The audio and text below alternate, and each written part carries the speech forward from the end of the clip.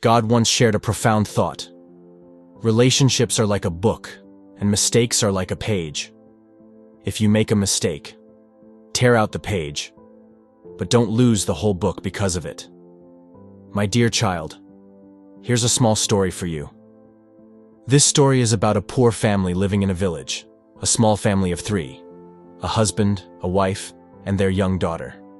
They were struggling financially. The wife was desperate to find a job but couldn't succeed, and this worried her deeply. Her little girl would often ask with innocent eyes, "When will everything be fine in our house?"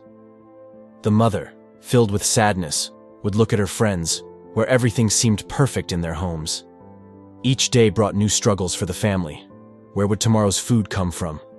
Amidst this despair, the father would take his daughter outside their house to cheer her up. Pointing to a mountain in the distance, he would say, "God lives in that mountain. Pray to him, and he will make everything fine." The little girl, full of faith, would pray every day. She prayed with all her heart, asking God to give her father a job. Miraculously, her prayers were answered.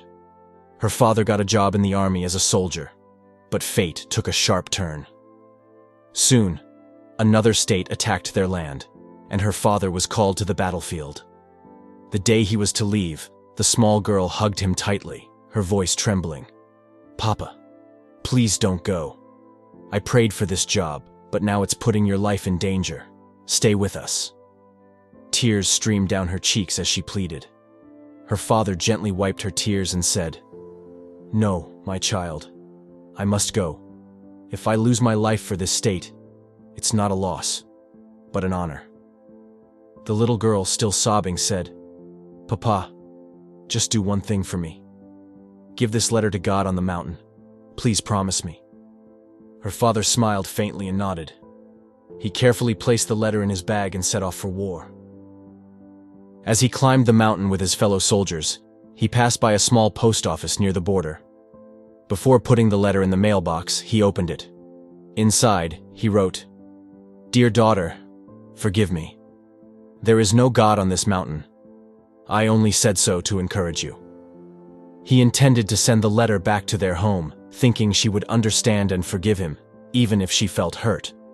The war was fierce and brutal, lasting for months. One by one, the soldiers in his battalion were lost. Back in the village, the family received devastating news. The soldiers' unit had been annihilated. The little girl cried inconsolably, praying to God, "Why did you take my father away?" Months later, a man arrived at their door. Thin, bruised, and battered, he looked like he had endured unimaginable suffering.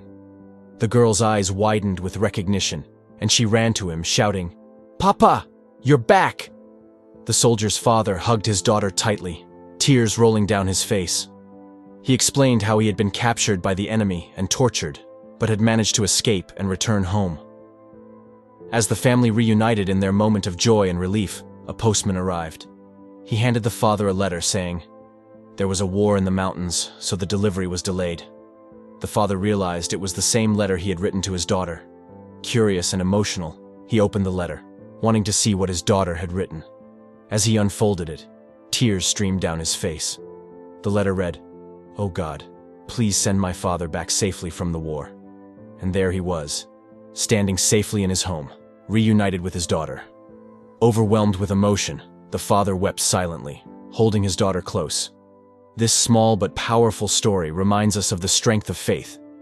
If your belief is genuine and your prayers come from the heart, God listens. Sometimes it takes time, but he answers. So, keep faith alive in your heart, for God values your true feelings. With unwavering trust and patience, your prayers will be fulfilled. With the blessings of God, Amen.